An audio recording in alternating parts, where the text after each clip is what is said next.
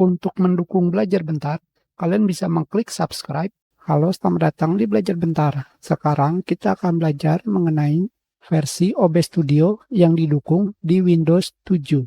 Jika kalian pergi ke OBS Studio, sekarang adalah versi 30. Tentu saja versi ini tidak mendukung Windows 7. Jadi, kita akan mendownload versi lama. Kita akan mencoba versi 28 karena 29 tidak mendukung. Tetapi bagaimanakah cara mendownloadnya? Untuk mendownload versi lama, pada mesin pencari kalian ketikkan OBS Studio GitHub.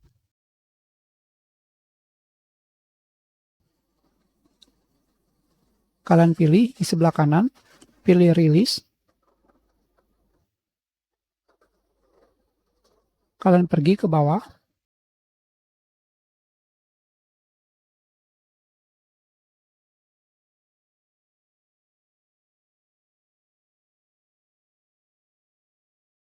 Kita cari versi 28.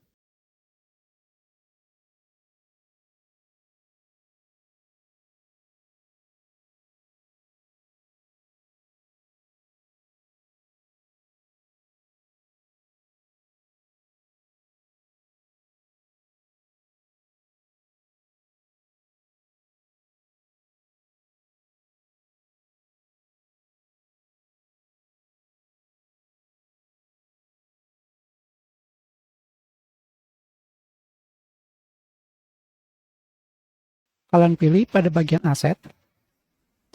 Kalian pilih Full Installer. Dan kita cari versi 27.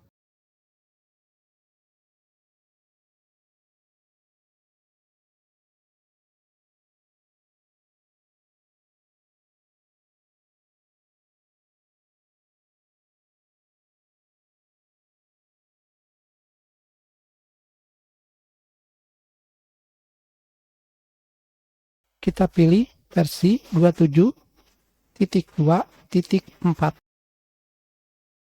Kalian cari sampai menemukan aset.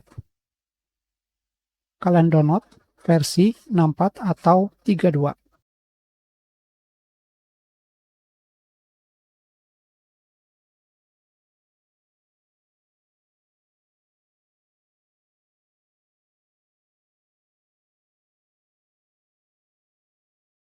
Sekarang kita jalankan versi 28.